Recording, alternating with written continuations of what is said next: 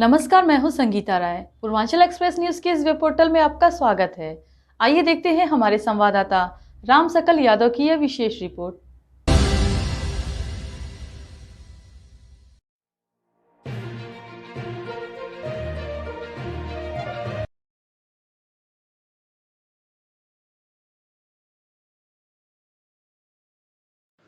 आजमगढ़ अखिल भारतीय राष्ट्रीय शैक्षिक महासंघ के आह्वान पर 15 सितंबर को पूरे देश में एक साथ धरना प्रदर्शन आयोजित किया गया। जनपद आजमगढ़ में भी हजारों शिक्षकों ने कुंवर सिंह उद्यान से नारेबाजी करते हुए जिलाधिकारी कार्यालय तक मार्च निकाला और ज्ञापन सौंपा। शिक्षकों का कहना है कि सुप्रीम कोर्ट के निर्णय के विपरीत न्यायमूर्ति राजेश सिंह की ओर से दिया गया आदेश 37-38 वर्षों से सेवा दे रहे शिक्षकों की उपेक्षा करता है और उनकी नियुक्ति को समाप्त करने जैसा है। जिला उपाध्यक्ष अमित राय ने कहा कि नियुक्ति के समय न्यूनतम योग्यता पूर्ण करने वाले शिक्षकों को अब दोषी ठहराना अन्याय होगा। वहीं महामंत्री अमित मिश्रा ने कहा कि यह आदेश कानून की मूल भावना के विपरीत है और सरकार इसे तत्काल वापस लेना चाहिए, अन्यथा आंदोलन तेज किया जाएगा। कार्यक्रम में उपाध्यक्ष अरविंद सिंह, मीडिया प्रभारी नरेश राय, राम सिंघारी यादव, अभिषेक सिंह, सुजीत सिंह समेत सभी ब्लॉकों के शिक्षक बड़ी संख्या में मौजूद। शैक्षिक महासंघ द्वारा आज आप लोग धरने पर बैठे हुए हैं, क्या मांगे हैं आप लोग की? अपने परिचय देते हुए। मैं डॉक्टर बजरंग बहादुर सिंह, जिला अध्यक्ष एवं मंडल अध्यक्ष राष्ट्रीय शैक्षिक महासंघ आजमगढ़। आज हम सभी शिक्षक भाई यहाँ पे जो एक काला कानून टीईटी लग गया है 2011 के पहले के लोगों के ऊपर, उसके विरोध में प्रधानमंत्री जी को एक ज्ञापन जिलाधिकारी के माध्यम से देने जा रहे हैं। क्या मांगे हैं? हमारी मांग है कि 2011 के पीछे के जितने शिक्षक नियुक्त हैं उनको इससे मुक्त किया जाए।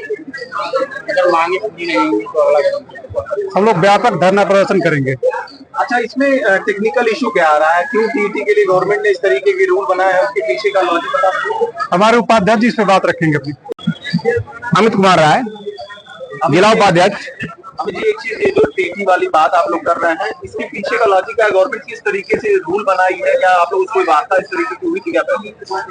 देखिए, ऐसा है कि देश के संविधान में है, देश के कानून में है कि कोई भी नियम, कोई भी कायदा, कोई भी संविधान संशोधन जिस डेट में पारित होता है उसके पहले के समय में वह जो है लागू नहीं होता। कोई भी कानून भूतलक्षी नहीं होता। जिस डेट में कानून पारित होता है उस डेट से लेके उसके आगे तक की डेट में होता है, ऐसा हमारा मानना है, ऐसा हमारा जानना है और ऐसा सभी लोग जानते हैं। इस कानून के बारे में यह बातें सामने आ रही हैं कि 2011 के पहले जब राइट टू एजुकेशन एक्ट लागू हुआ शिक्षा विभाग में, तो हमारे यहाँ न यह परीक्षा प्रणाली थी, न टेट था, और जो भी निर्धारित न्यूनतम अधिगम स्तर की बात थी, जो भी न्यूनतम अर्हता थी, उसको हमारे अध्यापक प्राप्त करने के बाद नियुक्ति पाए। ऐसा कोई अध्यापक नहीं है जो अपनी अर्हता के बगैर ही नियुक्ति पाया। 11 के बाद जितने शिक्षक नियुक्ति पाए वो टेट क्वालिफाइड है। तो मुझे लगता था कि या लगता है, आज भी सबको लगता है कि यह कोई विषय नहीं है कि टेट लागू हो या ना लागू हो। हम कहाँ कह रहे हैं टेट लागू नहीं हो। हमारे ऐसे तमाम शिक्षक हैं जो 2011 के पहले के नियुक्त हैं। मेरी खुद की सेवा 2003 की है, 23 साल मेरी सेवा हो चुकी है। ऐसे शिक्षक हैं जो 99 के पहले के हैं। ऐसे भी शिक्षक हैं जो 96, 93, 92 के हैं, जिनका रिटायरमेंट आने वाला है। पहले प्राथमिक अध्यापकों के लिए इंटर पास अर्हता थी, फिर ग्रेजुएट की हुई, फिर इसके बाद जो है टेट, सुपर टेट लागू होने लगा। अब जो अध्यापक इंटर पास है उससे कहिए कि चलिए आप ग्रेजुएट करिए, फिर उससे कहिए आप जो टेट करिए, फिर सुपर टेट करिए। तो यह बिल्कुल अव्यवहारिक है। सेवारत प्रशिक्षण होता है, सेवारत तमाम ट्रेनिंग होती है, उसके तमाम टेस्ट होते हैं जिसको हमारे अध्यापक समय समय करते हैं, पास करते हैं। तो ऐसा कोई वितंडा खड़ा करने का मामला नहीं था। यह एक वितंडा खड़ा किया गया। यह केस तमिलनाडु सरकार और वहां के कुछ लोगों के बीच था, सुप्रीम कोर्ट तक गया। सुप्रीम कोर्ट के न्यायाधीश के मन में क्या आया, उन्होंने कहा नहीं नहीं, यह तो सभी शिक्षकों के लिए है कि पदोन्नति का मामला नहीं। मामला पदोन्नति का, लेकिन जज साहब के मन में जो भी बात आई हो और बिना सभी शिक्षकों के पक्ष को सुने, सेवारत जो शिक्षक हैं 11 के पहले, उनके पक्ष को बगैर सुने, उनकी बातों को जाने, यह पूरे देश के ऊपर यह कानून लागू किया गया, जिससे लगभग 30 लाख शिक्षक पूरे देश भर के प्रभावित हो रहे हैं। अब इसमें यह बात है कि 2 साल के अंदर आप टेट नहीं क्वालिफाई कर लेंगे तो या तो कंपल्सरी रिटायरमेंट दे दिया जाएगा या फिर उनकी सेवा समाप्त कर दी जाएगी। अच्छा, एक चीज समझाइएगा मुझे कि क्या आप इस चीज का समर्थन करते हैं कि सन 2000 के बाद से जो शिक्षक आए हैं 2011 के बाद वो क्या इसके लिए एलिजिबल हों, उसके पहले के ना हो? नहीं, 2011 के पहले के शिक्षक हमारे ऑलरेडी एलिजिबल हैं और उसके बाद के भी तमाम शिक्षक टेट क्वालिफाई शौकिया किए हैं, कोई अनिवार्यता नहीं थी। अब अध्यापक का काम ही है पढ़ना और पढ़ाना, अध्यापक इससे इतर नहीं रहने वाला है, वह कार्य लगातार जारी है, कर रहा है, लेकिन यह उसके ऊपर थोपना, बाध्यकारी करना ठीक वैसे हुआ जैसे कोई दरोगा नियुक्त हो जाए, कोई यूपीएससी पास करके आईएएस बन जाए या इवन जज साहब भी जज बनने के बाद उनसे कहा जाए कि आप वो अर्हता रखते हैं, दोबारा उसकी परीक्षा दीजिए, तो शायद वह क्वालिफाई नहीं कर पाएंगे। वो फिजिकल फिटनेस जो नए सिपाही की होती है, नए दरोगा की होती है, नए आर्मी पर्सन की होती है, वह फिजिकल फिटनेस नहीं होती है और पढ़ने पढ़ाने की एक उम्र होती है। आप 52 साल के शिक्षक 52 साल के व्यक्ति से वही उम्मीद नहीं कर सकते जो कि 22 साल के शिक्षक से उम्मीद कर सकते हैं। ये नेचुरल जस्टिस की बात है, हम लोग कोई अननेचुरल बात नहीं कर रहे हैं। बात वही गवर्नमेंट से किस तरीके की गवर्नमेंट से क्या चाहते हैं? निश्चित रूप से बदल जाएगा। गवर्नमेंट से किस तरीके की अपील कर रहे हैं?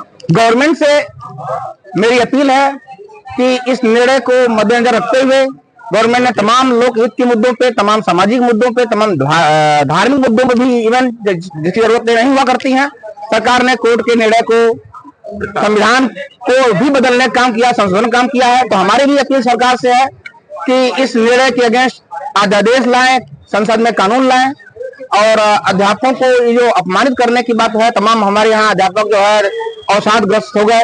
एक आध दुखद खबरें आ रही हैं जिसके लिए हमें बहुत दुख है कि कुछ अध्यापक जो है फांसी लगा लिए, कुछ को हार्ट अटैक हो गया। इन बातों को सुनने के बाद मन बहुत आहत हो रहा है और हम सरकार से अपील करते हैं कि वो तुरंत कानून ला करके इस चीजों को खत्म करे, वरना हम लोग सभी शिक्षक सड़क से लेकर संसद तक संघर्ष करेंगे। अभी हम लोग प्रधानमंत्री जी के नाम ज्ञापन दे रहे हैं, पूरे देश में सभी जनपद मुख्यालयों पे एक साथ भारतीय राष्ट्रीय शैक्षिक महासंघ सभी जिला मुख्यालयों पे ज्ञापन दे रहा है जिलाधिकारी के माध्यम से प्रधानमंत्री जी को।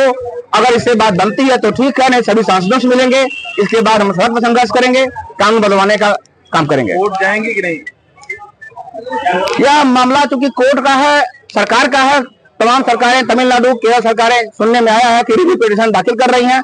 कोर्ट में हम पक्षकार ही नहीं थे, उत्तर प्रदेश के शिक्षक इस मामले में पक्षकार ही नहीं थे, तो जो हम पक्षकार नहीं थे तो अभी फिलहाल कोर्ट जाने की बात नहीं है, लेकिन इस पे भी विचार विमर्श चल रहा है कि हमको भी पक्ष बनाया जाए और सुना जाए, लेकिन इस पे अभी हमारा संगठन निर्णय लेगा, अभी मामला फाइनल नहीं है। तो इतने के बाद एंगेज होना चाहेंगे कि नहीं? अभी यह हमारा संगठन का शीर्ष नेतृत्व अगर कहेगा कि आप एंगेज होइए तो हम एंगेज होंगे। हमको पूरी उम्मीद है कि इसकी नौबत नहीं आएगी और भारत सरकार इसको संज्ञान लेते हुए इस मामले को जो है हल कर देगी और मुकदमेबाजी वाली स्थिति नहीं आएगी।